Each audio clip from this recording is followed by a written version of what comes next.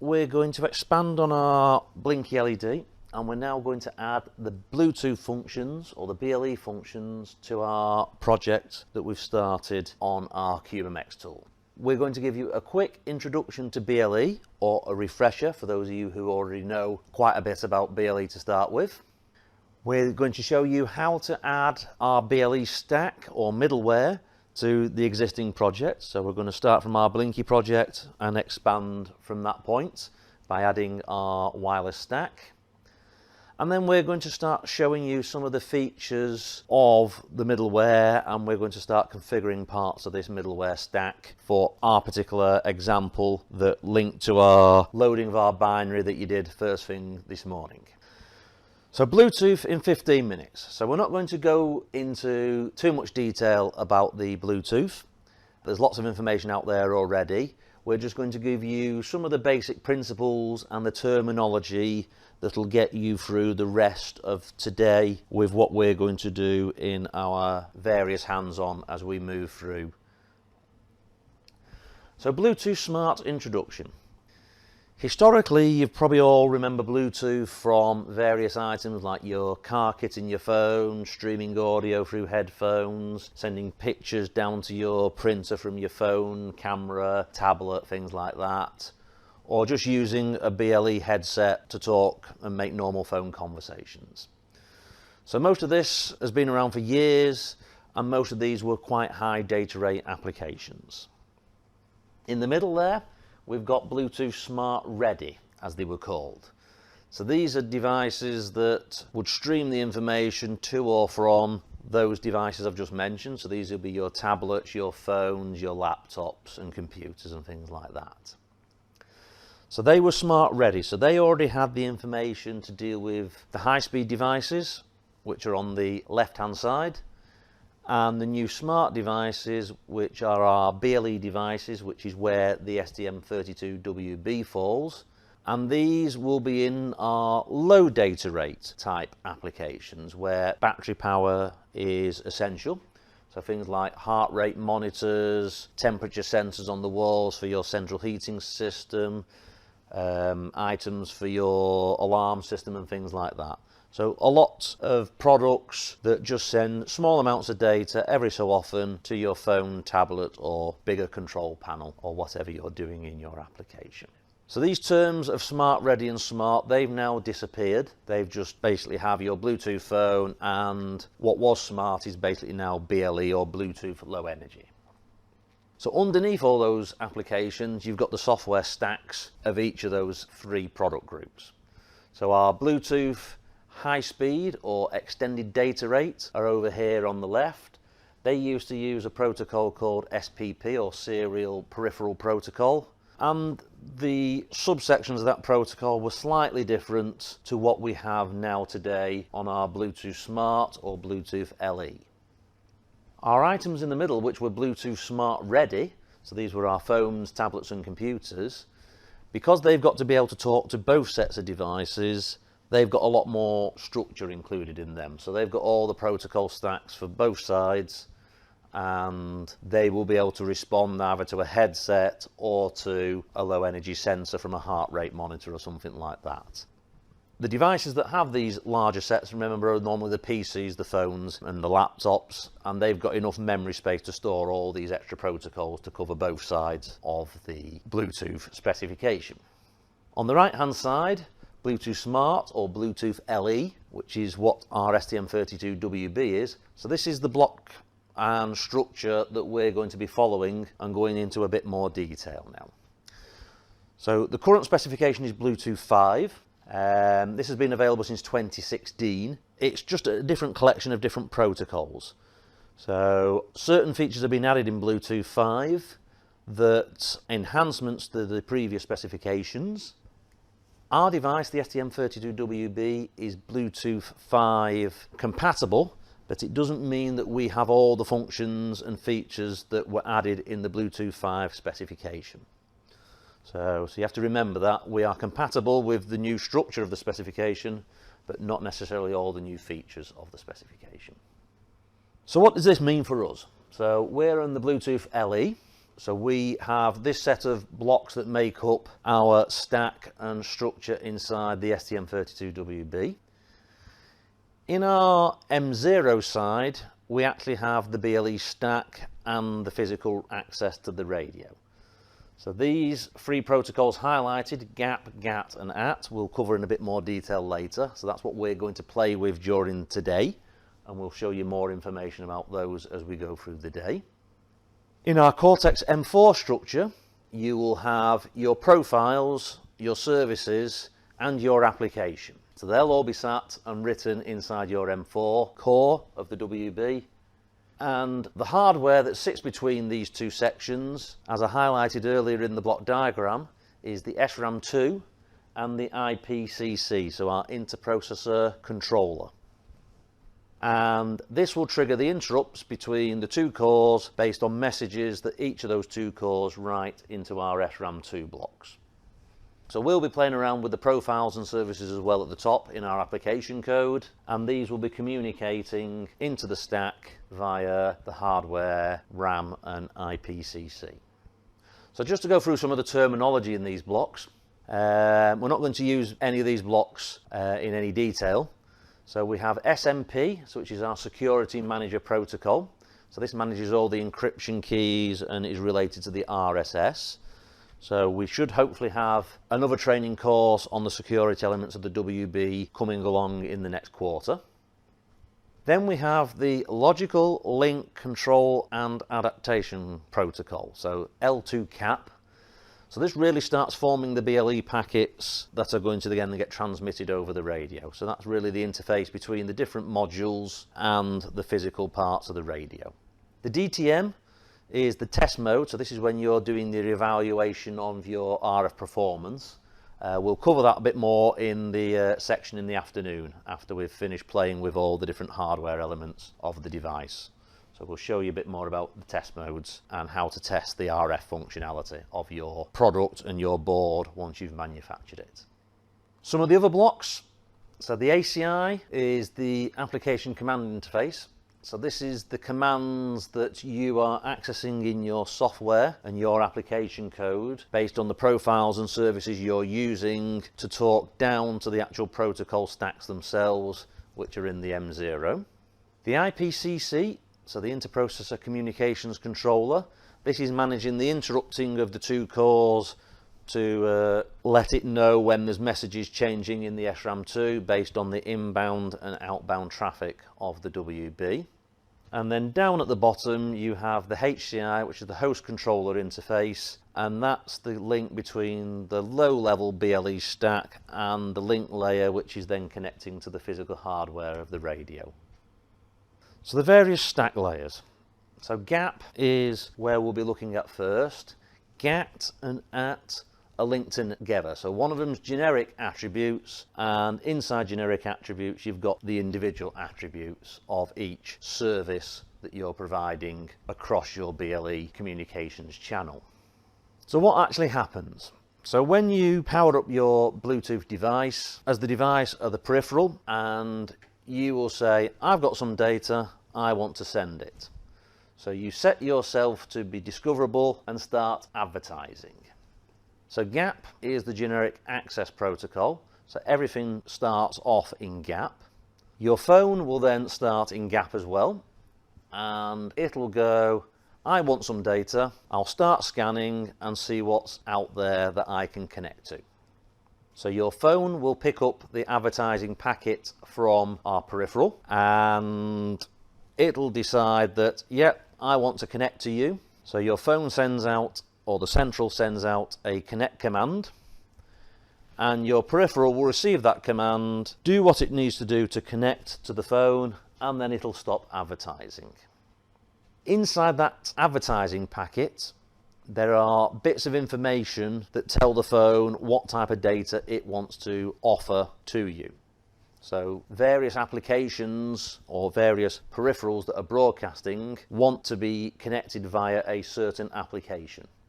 So only certain apps on your phone will be able to see the particular device that's transmitting based on that advertising packet. Once you've established the connection, you then move from the GAP protocol into the GATT protocol, so the generic attribute profile. Now this is where your phone now asks the peripheral, or the STM32WB, what services it has available. It can be multiple services, as we have here. So this is our application that we'll be looking at later. So we are offering 2 different services to our phone, and inside those services the phone wants to know the characteristics of that service that you're offering. So in the case of one of our services, it has a read characteristic and a write characteristic, and our second service has a read characteristic and a notification characteristic. And under some of those characteristics there might be even more information, which is a descriptor. So there are various elements that make up the handshaking of what service is available, what features are in that service, and how can I interact with that service. So that's a typical exchange that goes on once you've established the connection. So your phone will read the information from our device or peripheral. Our peripheral will send the response back saying what those services and characteristics are. Then potentially our phone can write information to our peripheral, again based on the characteristics that it has to offer. And you can, if enabled, then the device or peripheral can send a notification to our phone or a response to our phone, depending on what is set up in the characteristics and the descriptors. So the attribute protocol. So this is basically forming what the communication exchange is going to be between our client and our peripheral. So the server in this case, as referred to on the screen, is our peripheral, and the client is the phone or central device that's going to be receiving the information. So the attributes are stored inside our server or the STM32WB peripheral device, and they're all listed as tables. So they're just records that are stored inside in a logical order. So the attribute contains lots of information with IDs, parameters, data length, permissions, things like that. All of these form the attributes of each individual service or characteristic that we have inside our peripheral device or BLE device. So this is just summarizing again. So once you've established your connection, the generic attribute profile defines how the data exchange between the 2 BLE devices, the client and the server, is going to interact. The attribute defines all the parameters of each of the services and characteristics, and each of these services are organized into various GATT profiles. Now these profiles can either be custom, which is what we're going to use in the first hands-on, or they might be some adopted profiles by the Bluetooth SIG, like heart rate monitor, fitness machine profile, location and navigation profiles. So these are predefined parameter sets or attribute sets for doing certain tasks that are available inside the BLE devices. So really, a service is a group of logically linked items. The characteristics are the parameters of said logically linked items. And inside those characteristics, there will be descriptors which give certain values, properties and permissions of this group of logically related items. So all of this information can be found on the Bluetooth.com website. So there's lots of information in this website, so it's recommended that you do go and have a look at the various documents that are on there. So the core specification now is version 5.1, as you can see there from the screen capture. And there's many other websites out there giving you the introduction to Bluetooth. We've got a link there for one, which is something called Adafruit. So an introduction to Bluetooth Low Energy. So there's plenty of places where you can get lots more information about either these Bluetooth profiles, how the characteristics and descriptors are set up and things like that. So please go and have a look at that website when you get time to learn more about the Bluetooth.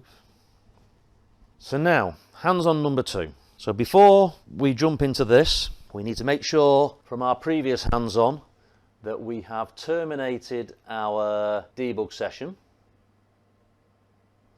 by hitting the red square. And to make life easier inside the Eclipse environment, as I said, it's a multi-project environment. Every project we're going to generate today is going to have one main.c in it. So you might end up having multiple windows open here with main.c and not knowing which project on this side they're related to. So before we start our next hands-on, I'm going to close my existing hands-on project. So this will make life easier for me. So it's still available there. I can double click on it again and open it later, but it's still available if we need to do something. But it's not going to now interfere with anything else that we're going to do in this second hands-on. We are now going to create that example you played with at the start of the day, where our phone is going to be the GATT client, or the central device, and then our Nucleo board containing the STM32WB is going to be our GATT server or peripheral device, and they will communicate with each other for the LED to illuminate the blue LED on the target board, and then the push button on the target board to say that an alarm has been received on the phone or GATT client. So here's what we're going to do. So the service we're going to run is called a P2p or peer-to-peer server. Then our GATT server is going to have two characteristics. One for the control of the LED, which is our central device writing a value to the target board to either say illuminate the LED or writing a value to say switch off the LED. Then our second characteristic is going to be our button. So this is going to have a value of 0 or 1, and then that is going to be configured using its descriptors to enable notifications, so that every time that button is pressed, a notification is sent out to our GATT client or our mobile phone. So here's how it all should work. So this is what we had running this morning. We had our peer-to-peer client running on our phone app and our peer-to-peer server running on our Nucleo board. They will go through first the advertising stage, which is the GAP profile, where our GATT server, the Nucleo board, will advertise its data, showing what features it wants or what features it has to offer for the particular app that's running on the GATT client. When the GATT client scans, it will send a request to our server that it would like to connect, and then a link is established between our GATT client and our GATT server. Once the link is established, we then move into the attributes section, and during that attributes section, an exchange is then managed to ask, the client will ask the server what services it has to offer. The client will then read all those characteristics for each of those services and then set up all the appropriate elements so that we can then run the service. So then the client will enable notifications on the server, and for our LED we will either write a value of 0 or 1 depending on if we want to switch the LED on or off, and then every time you press a button or the button on the Nucleo board, a notification is then sent up to the GATT client or the mobile phone to say that there's been an event happened on our server board. So this is where we got to at the end of hands-on number 1. So we have our serial wire debug pins already enabled, and we have our blue LED enabled. So we're going to do a bit of a time shift now, where we configure some other parts of the system. So we're not here to show you how to set up the I2C port, the push button, the second LED or the green LED, and the USART. So they're all generic functions that are available inside CubeMX. The slides there that you saw quickly go through show you how all that's done and what you need to do to configure it inside the CubeMX. And if you want to have a look to see how our display is configured how the UART's configured so that it can do the virtual COM port back to the laptop, how the push button's configured. You've got the material, you can look into it in a bit more detail at your leisure. But we're here to show you how to do the BLE parts and everything that's connected to the BLE parts of the system. So that we've got a starting point, we're now going to open hands-on number 2 IOC, which should get us to the screenshot there that we've got, rather than where we finished off at the end of hands-on number 1. So I'm going to do this as well. So I'll go back to my CubeMX and I am going to go File, Load Project, switch to hands-on number 2 folder and open the hands-on _2 IOC. So this should now get us to the point where our I2C is enabled, our power for our OLED display is enabled, the push button, the green LED and the UART to provide us with the virtual COM port. So that's now got us to the point where my slide has just shown you. The next step we need to do is start configuring the WB for the Bluetooth. And the first feature we need to add is the high-speed external crystal. So we need to run the device at 32 MHz so that all the RF functions can operate. And to do that, we need an external crystal.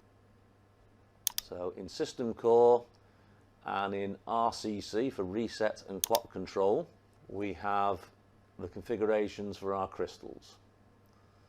So our high-speed oscillator is the first feature we need to enable, and this should enable 2 green pins in the bottom right hand corner of our pinout diagram.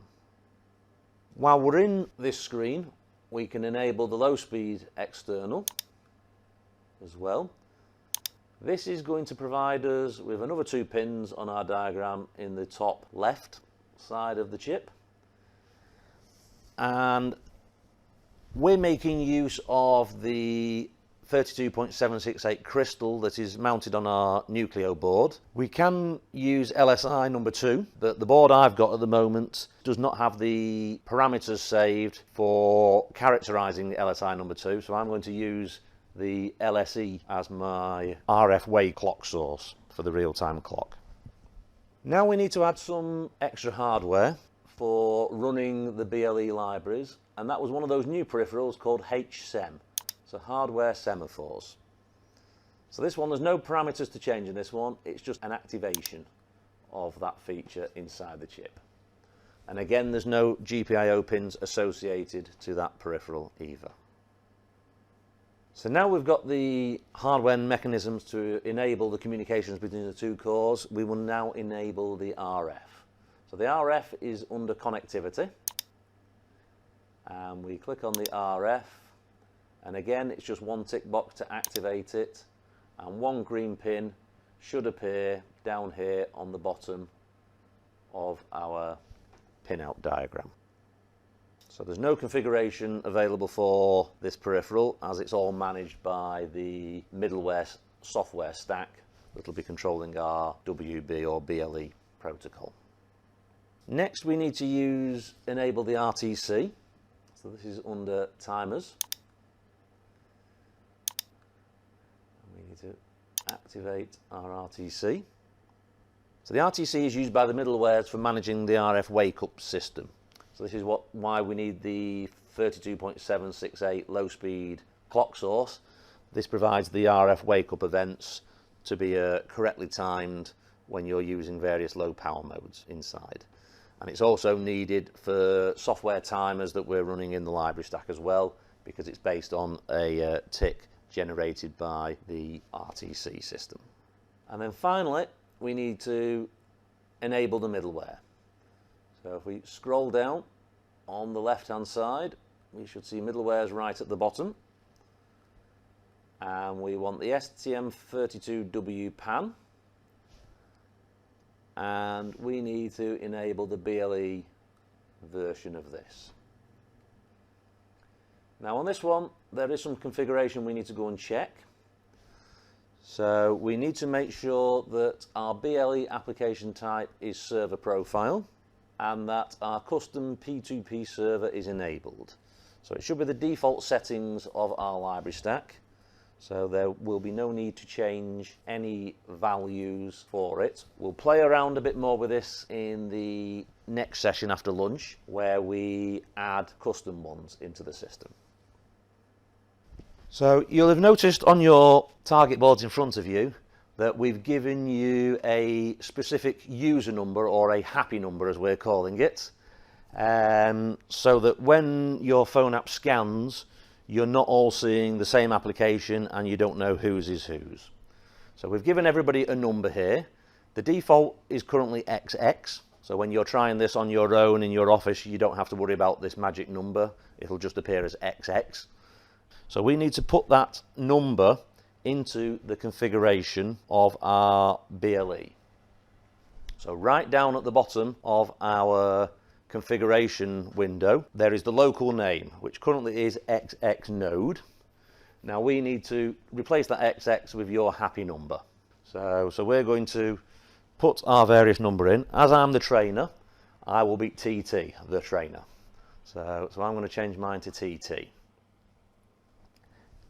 The reason why it's XX-node is because we have a maximum number of characters of 7, which is in our advertising data packet. That's the code that's already generated. So that's why we're limiting it to 7 characters for this.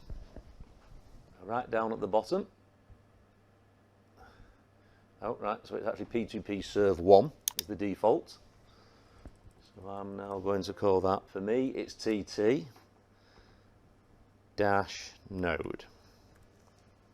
So this is just really to help you when because we've got a room full of people. When you're doing this on your own, you can put whatever local name in that you require for your phone to scan for. So now, just to check your pinout diagram, it should match this, where we have our high-speed oscillator in the bottom right-hand corner, the RF enabled just to the left of that. The button and the green LED were already there from our starting point in our hands-on number 2, as were the display power and ground and I2C number 3 on the left-hand side. Our low-speed clock source should be in the top left-hand corner. The USART and blue LED should be in the top left-hand corner, but they were already originally there from our start of our hands-on, as were our 2 system debug pins. Hopefully everybody's got all that. Then if we move across to our clock tree, or our clock configuration,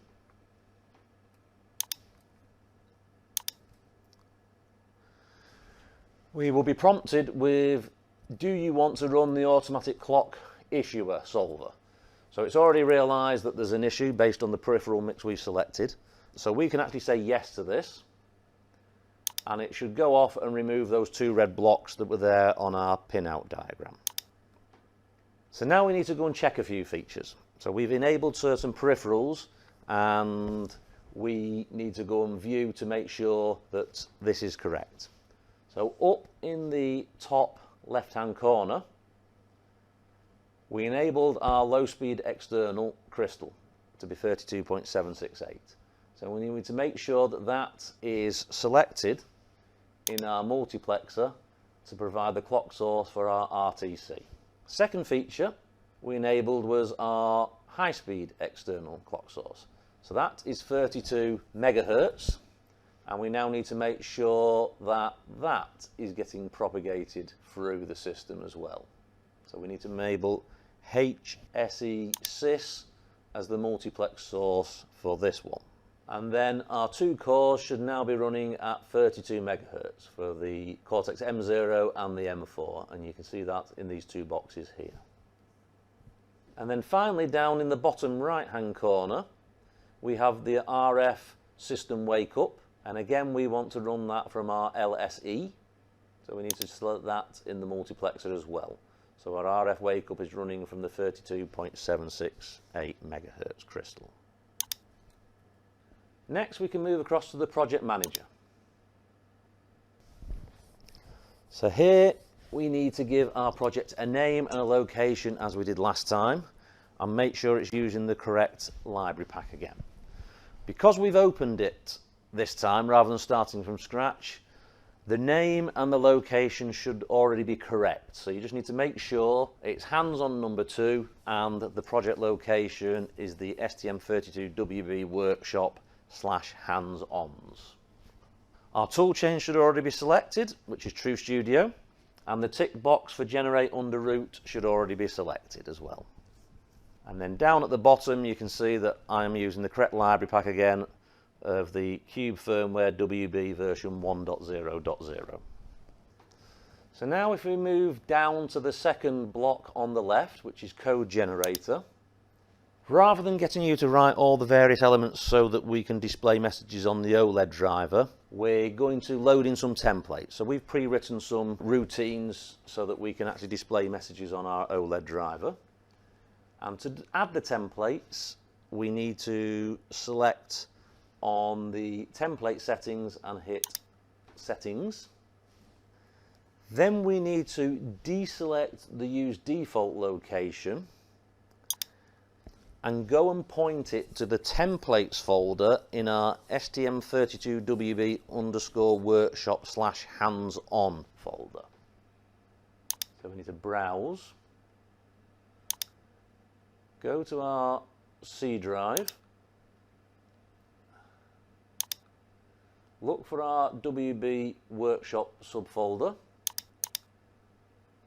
and then into the hands-ons folder and select templates. Don't double click on it, just select the templates and then say open. Now you can see all the templates that we have pre-written for driving our OLED. These include things like the Bluetooth logo, fonts, the driver for the particular model of display, and you've got .C's and .H's in there as well. So once you can see the templates on the left hand side, you can click add all and load them into our project. And then we can say OK to that screen. Then if we move down to the last section on the left hand side, which is advanced settings, we need to make sure that our STM32W pan is the last routine that is called.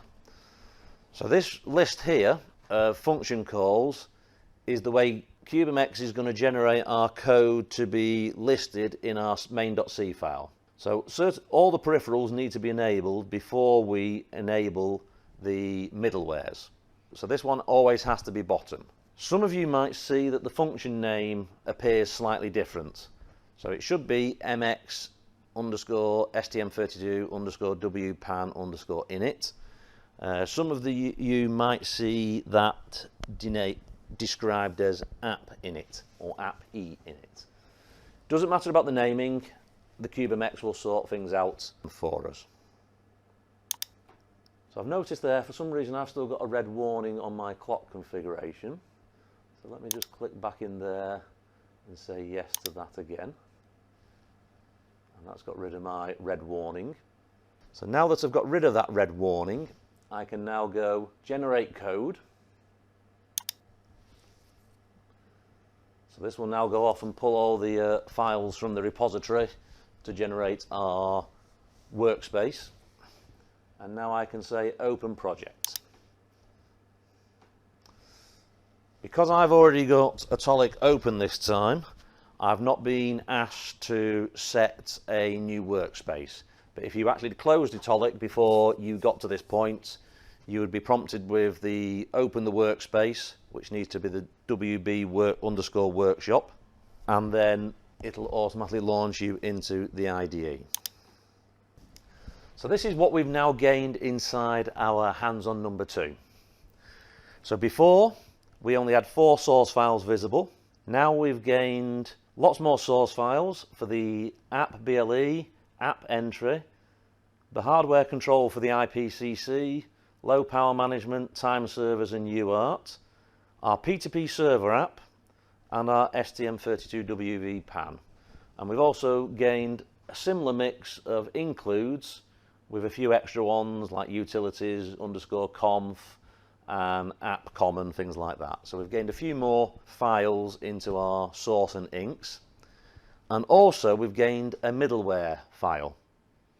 So this is new, and this contains all the library functions for our STM32 BLE profiles.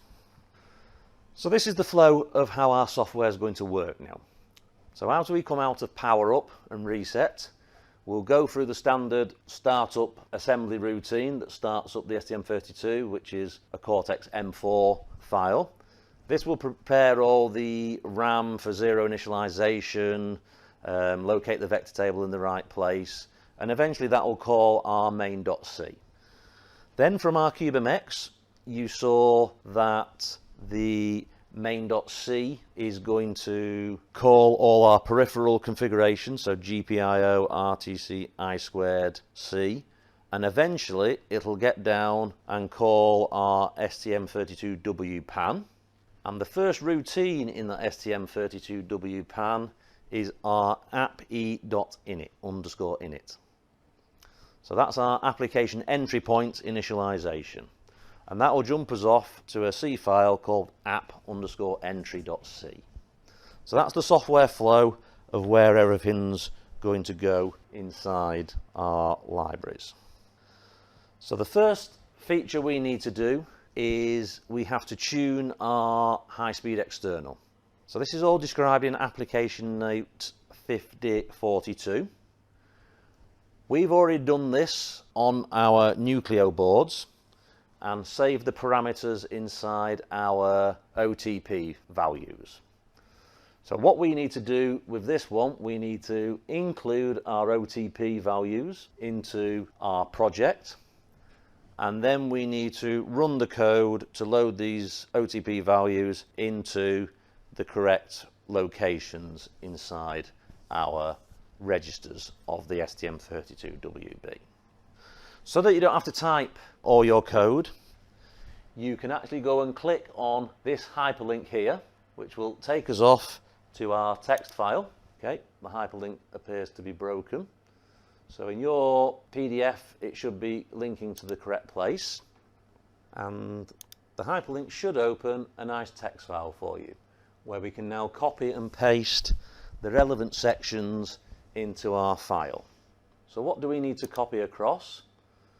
So in our file name, stm32wbxx_hal_msp.c, we need to add our include at about line number 24, and then our routine at about line number 67.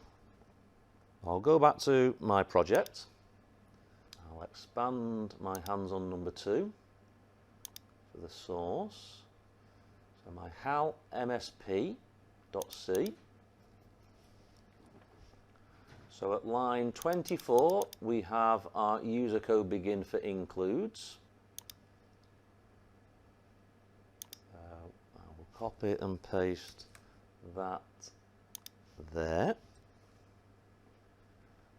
And then it was down at line 67, which is MSP init 0. Let me just check that. User code begin MSP init 0. And we paste all of that code between the beginning and the end of that one. My text file. So I will take the warning as well. Copy that and paste that into there. So that's now our tuning of our HSE done. Next, we need to put the interrupt service routines in. So the IPCC is doing the interrupts so that the Cortex M4 can talk to the Cortex M0. And we also need to put in the wake up handler as well for the RTC, so that our software interrupts and our time servers from the library stack can be used inside our application. So these two additions go in our STM32WBXX_IT. So these are going into our interrupt area. So again, we have a hyperlink that we can click on here to jump off to our add-on file or our snippets file. So here's our code snippets that match what we need to add, and Our app common needs to go in at line number 25, and the rest of the routine needs to go into user code begin 1, which is down at line 215. So if we go back to our Atolic, we now want to go and open our stm32wbxx_it.c. And the first file that needs to go in was our include.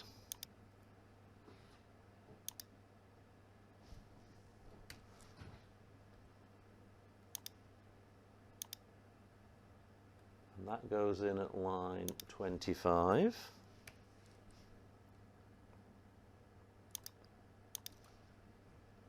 And our second section needs to go in at line 215. So if we scroll down to 215,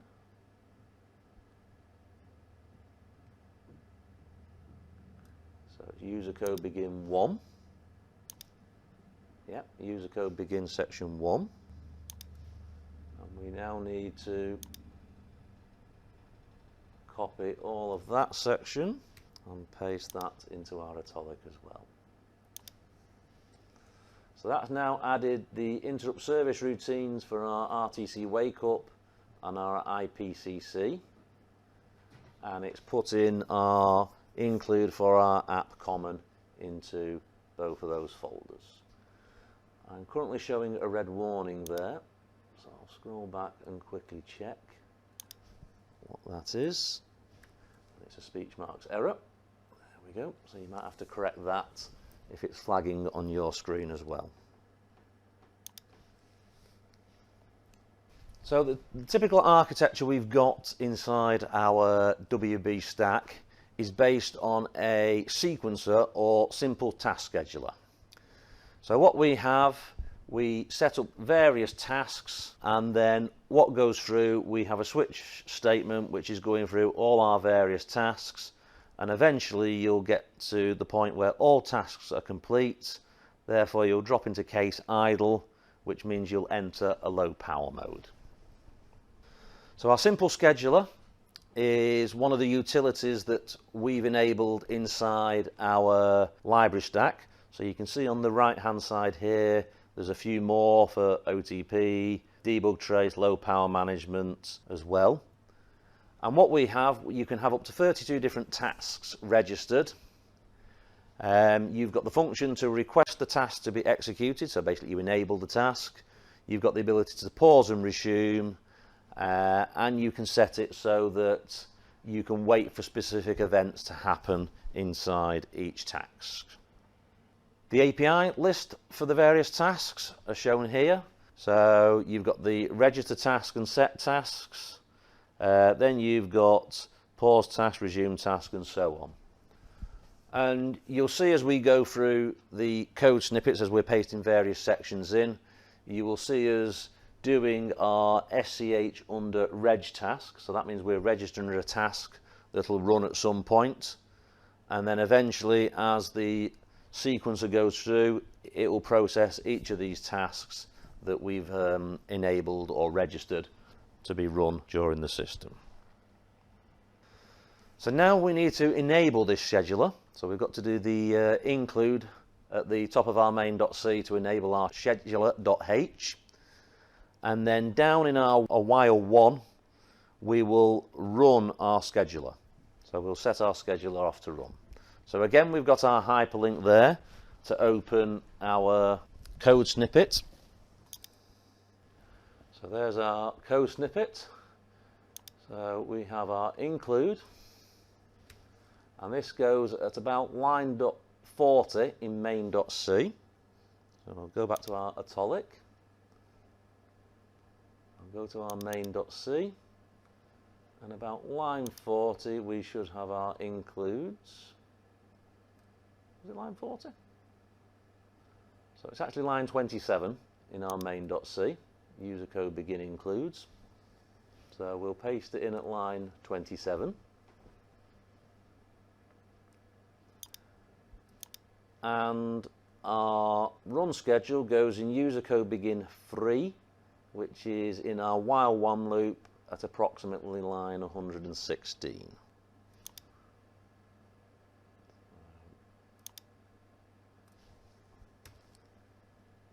Back to italic. Scroll down to our while one loop, which is around line 116. And we'll put our scheduler in there.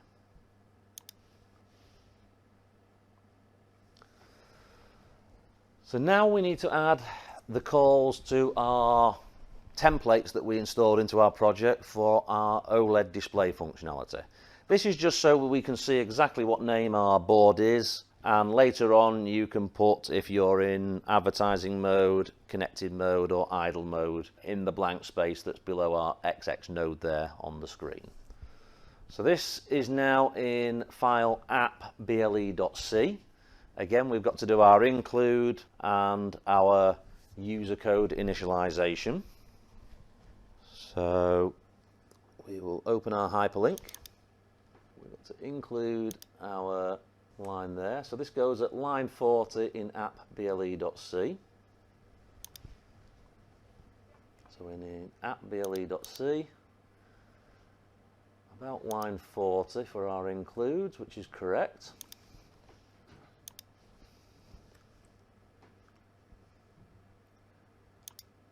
And then our code goes in user code begin at BLE init 1, which is about line 381. So copy that. So about line 381. Oops, too far. 381. So user code at BLE init 1, so it's line 382, and we paste our initialization values inside there. So those initialization routines are going to jump off to those templates which were added to our ink and source. So that's all it's going to do is configuration the fonts so that we can display everything in nice text on our OLED display. Just so we've got a visual symbol so that we can see that something's going on, we are going to blink the green LED at slightly different frequencies based on if we're in a radioactivity event or if we're idle. So our advertising period is short, then we go into a connection interval, and then we will broadcast various messages. So we're just going to give a visual representation of when we're in a radio transmission event. So again, we're still in app.ble.c, and this time we want to open our hyperlink for at step 5, which is add our green LED. So it's there. So there's our lines to toggle our GPIO pin. Copy that. I'll just close that. So that's going at line 631. So we're still in app.ble.c. So I'll scroll down to line 631, which is user code begin radio activity event. And we paste our lines in there for that section. So that's going to toggle our green LED every time we have a radio event. So now we can go and test our functionality and make sure everything builds. So we want to do a build, which is the first hammer on the toolbar, then enter a debug, and then run our software. So we should be able to see this appearing on our display, and then when we connect our mobile phone, we should see our ID visible, and we should be able to, based on the advertising packet, see that there is LED functionality available to us from this device. And our green LED blinking period should change speeds between advertising and connected. If you don't connect within 60 seconds, the device will decide it needs to go into low power mode. Green LED will stop blinking, and we will go into an idle state. So the only way to get out of the idle state means you'll have to hit a restart button. So if you do leave it too long before connecting, you will find the green LED disappears and you've dropped into an idle state. So I'll go back to my Atomic now. I will highlight my hands on number 2 so that I'm definitely building the correct project, and I will hit the first hammer. Now the system will go off and build the project. This may take some time depending on your laptop. You will see various warnings go through. Some of them you saw us actually paste one of the warnings in, so don't worry about the various warnings that appear in the build window.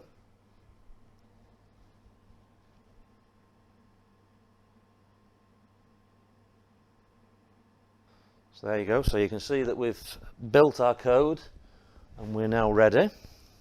So I will now enter the debug.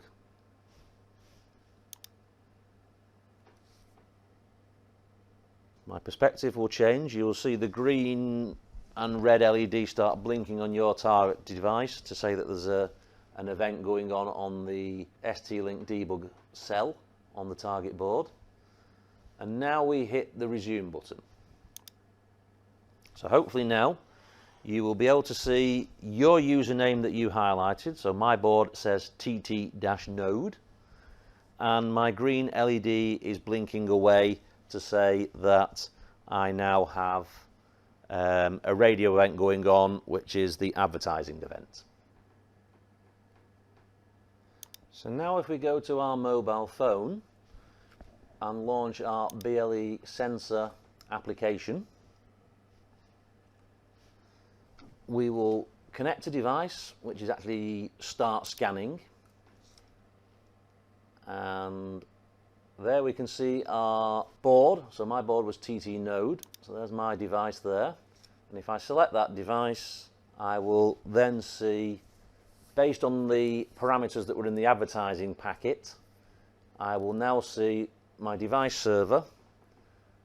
I have the alarm function there ready to be received, and I have my big LED button there which I can click on. At the moment neither of those functions are working yet because we've not put any code in to control each of those two functions that we've got. But hopefully now you should have your BLE communicating with your mobile phone and you can now establish a connection. And your blinking green LED should be changing frequency as you switch from advertising to connected.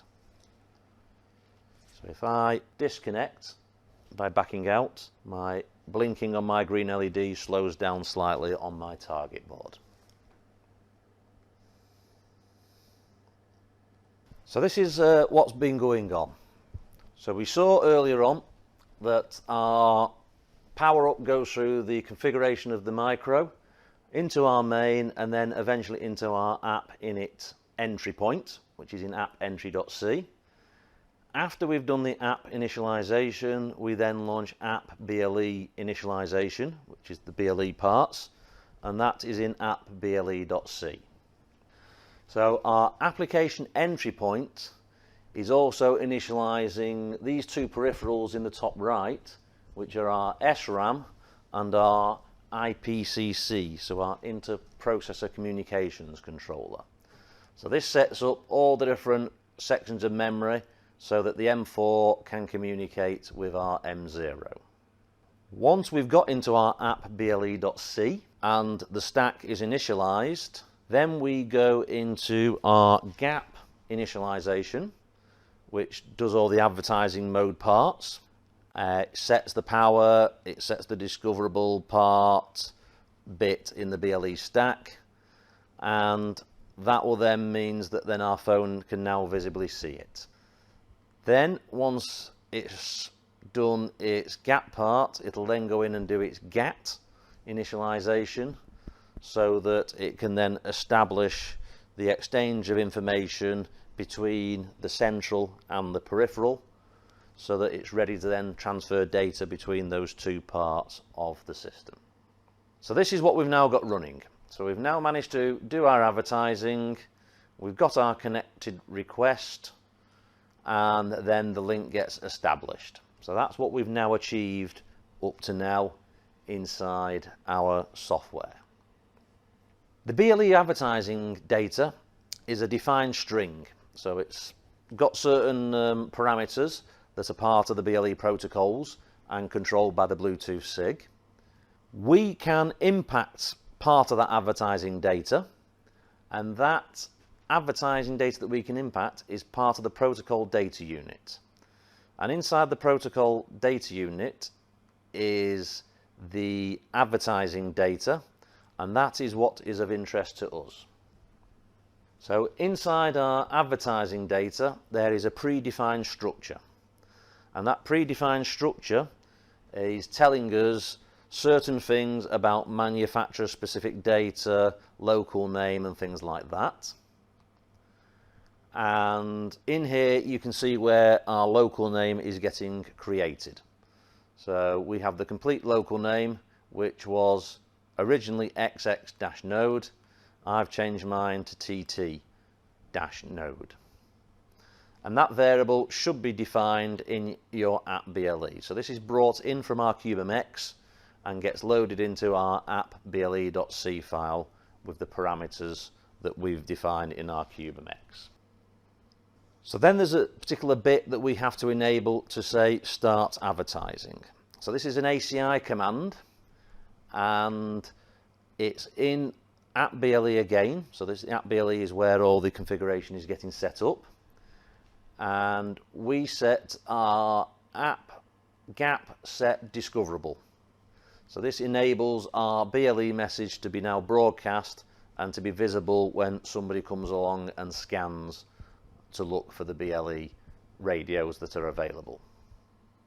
Part of our manufacturer's data that we put in this advertising protocol is our device ID. So certain elements of this are controlled by the BLE SIG. So our company ID is registered with the BLE SIG. So that's normally defined here in the protocol version, and device ID. As well as the device ID coming from the BLE SIG for our manufacturer's ID, we also have some user bits that we can also set up to define some of our specific target boards. So you can see our sensor tile boards listed there, the Wheezoos listed there, and then to addresses 80 to 8A, we've got some various function packs for Nucleo boards. So this protocol for the Ble ST, which is the ST defined manufacturer's protocol, is designed on GitHub. So it's all detailed there on GitHub to go and see what other parameters are in there. And we are broadcasting a message to say that one of those values between 80 and 8A is in our advertising packet. This means that our board is visible to our phone app. So the phone app that we're using is looking for particular features that are described in device ID, so that it enables different screens on our phone app. So we'll play more with that later on in the afternoon, but that's where this information is from the advertising protocol is coming along. So here's our particular variable. So our variable there is config dev ID P2p _ server 1. This device ID is related to number 83. And this is what's telling our phone app that this is the correct app for this advertising protocol, and it's going to enable particular screens. So we'll play around with this routine in the next hands-on where we add some extra features. So you'll see a bit more details of this routine later on. And then there's a command for updating the advertising data. So you can set it to be discoverable, and then you update the data based on any changes you've made inside that previous routine for what you're advertising. And then if you want to stop your advertising, you can do. Again, it's another ACI command. You set the device to be non-discoverable using gap set non-discoverable command. So you can cancel your advertising request if you choose to. This is what happens after the 60 seconds automatically. We'll send that command and automatically stop our advertising. So that's what's been advertised here. So our node ID our Blue ST protocol, and our number 83, which is our P2p server. So all of that is in our advertising protocol, and that is telling the phone app that we're using what information to display on the central side or the GATT client side. So now that we've established our communication, we now need to find out from the peripheral what services we have to offer for the central or for the phone. So this is done through a service controller initialization. So this is going to start off the GATT services and all the characteristics and control the handling of the data flow of these characteristics and descriptors. And again, there's ACI commands for all of this, which is add service. So it's ACI GATT add service. And then once you've defined a service, you normally have to define some characteristics for that service. So there's another ACI command called GATT add characteristics. So this is the overview of our P2p service. So the P2p service is our primary service, and this has its own unique ID defined there. So it's a long string of hexadecimal numbers that defines each of the services that are available. Then under our P2p service, which is our primary service, we've got our two secondary services. So we have our P2p write, again with its unique ID, and our P2p notify, which has its own unique ID. Now each of those two services has characteristics, and that's described in the values here about what you can do. So the LED state and the button state. So they're the characteristics of each of those two secondary services. And then down at the bottom, the notify also has a descriptor, which is providing more parameters about the specific value of our button press and what's actually going on when our button's pressed.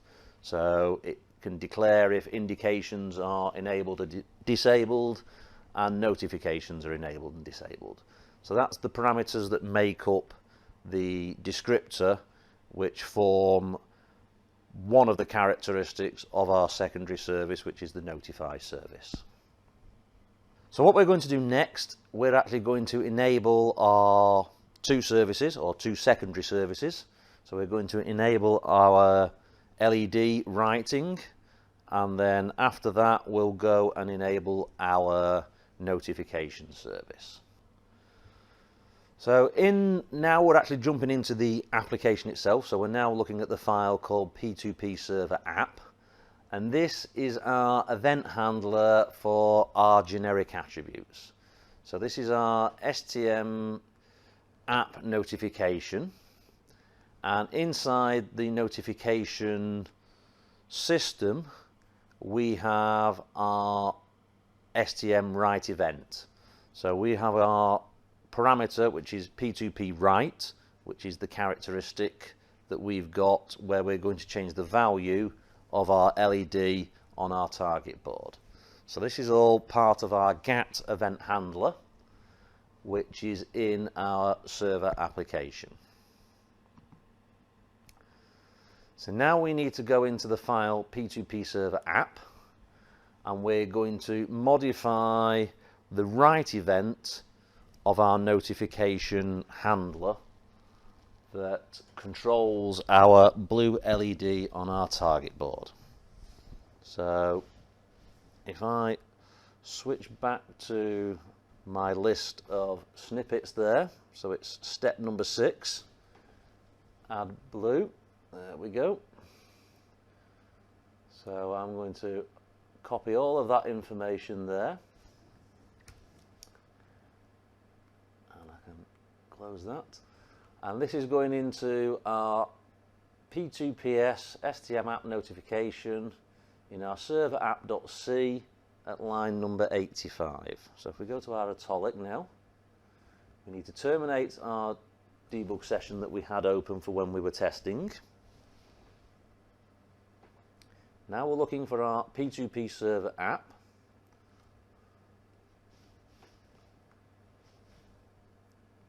And we were looking for line 85.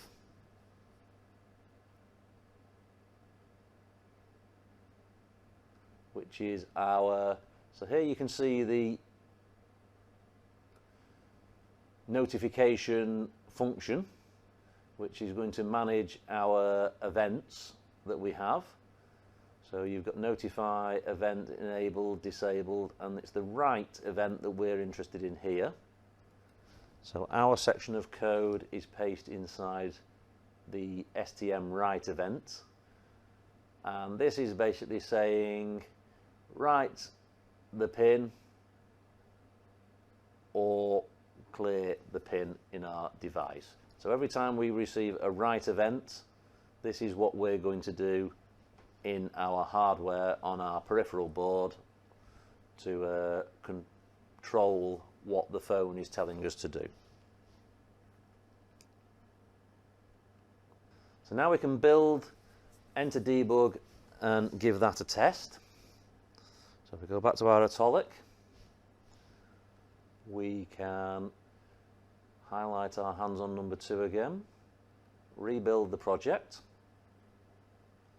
enter debug again,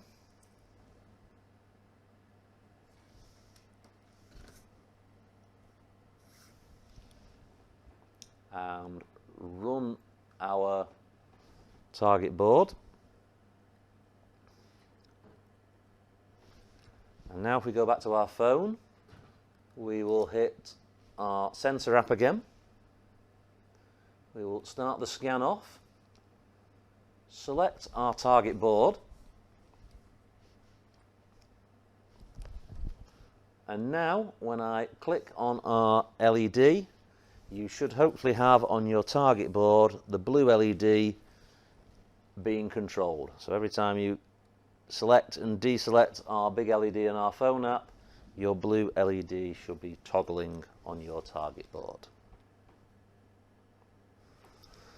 So that's the addition of the write event. So now we need to look at the notify event.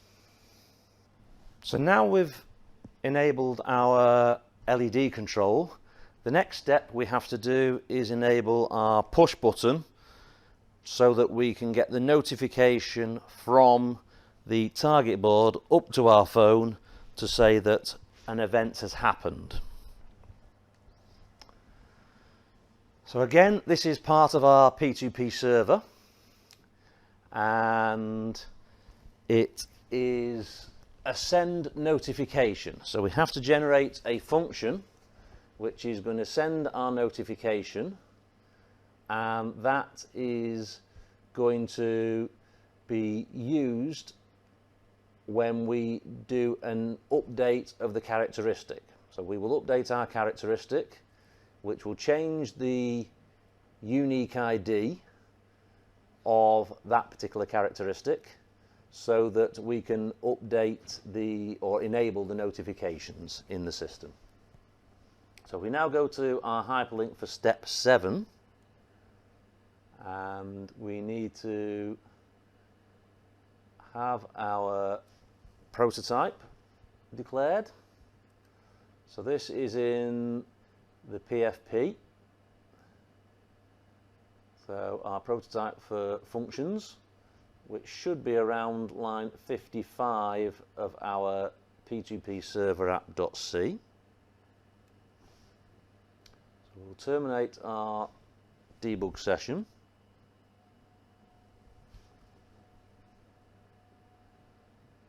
And back to our P2p server app.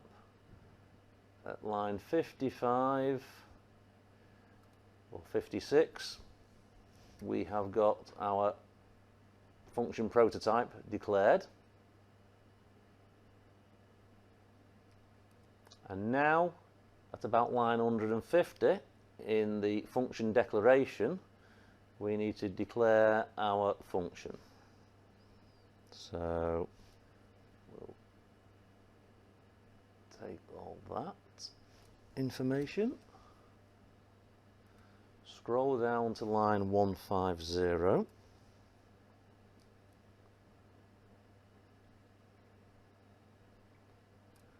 There's our function declaration, user code begin, and we'll put that section of code in there.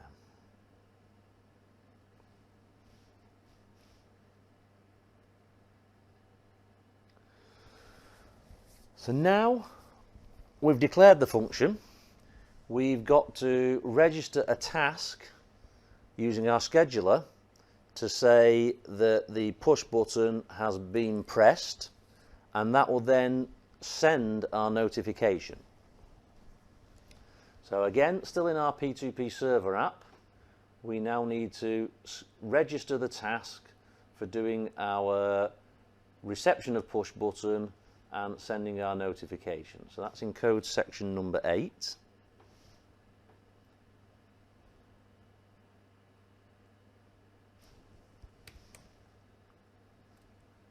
And now that is at line 141.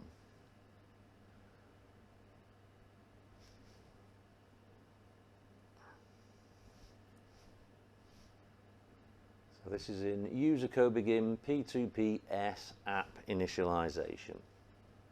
Yeah, user code begin P2p app S initialization.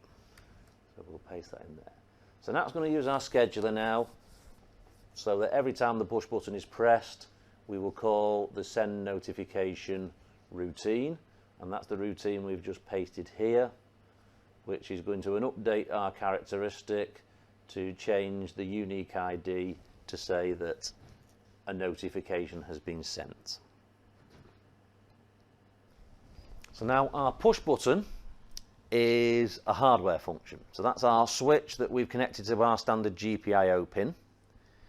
And we have an interrupt handler related to that push button.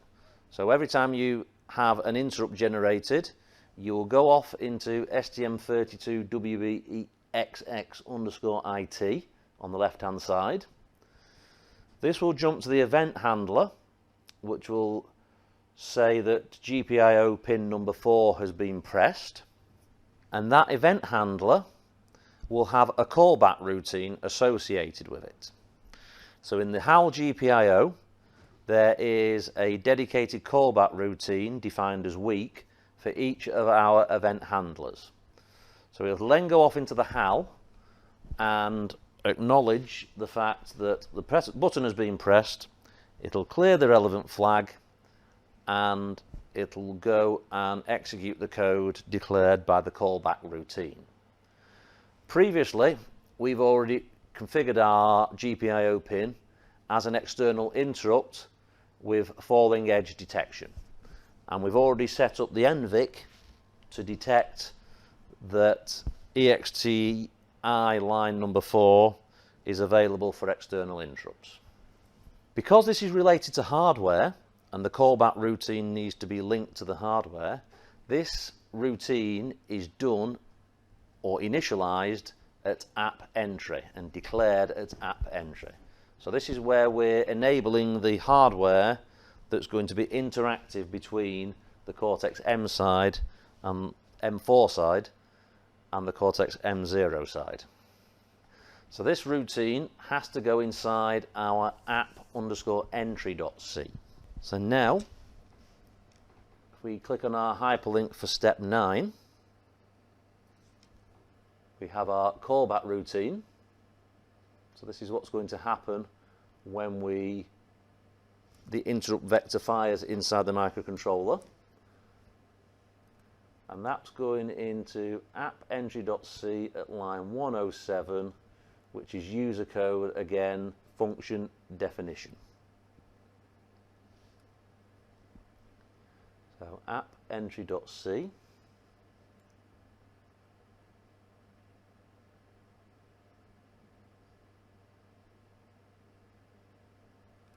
Line 108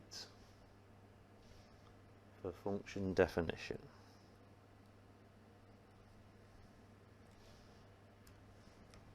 So there's our code included, and again this function is going to be controlled by the pin number, and this will set the task to say that the push button ID has been pressed, and it sets the priority of that task. So this will then link to the previous one, which will then send out the notification side. So this is going to generate the task that we registered earlier and do the actual transmission. So now again we can build, enter debug and start our process off so we can test our functionality. So I'll highlight my hands-on number 2 project again. I'll rebuild. I will enter debug mode.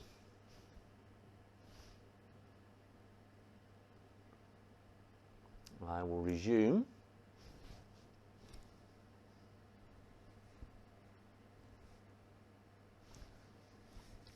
I'll go back to my mobile phone. I will now launch my application. I will connect to the device, TT node.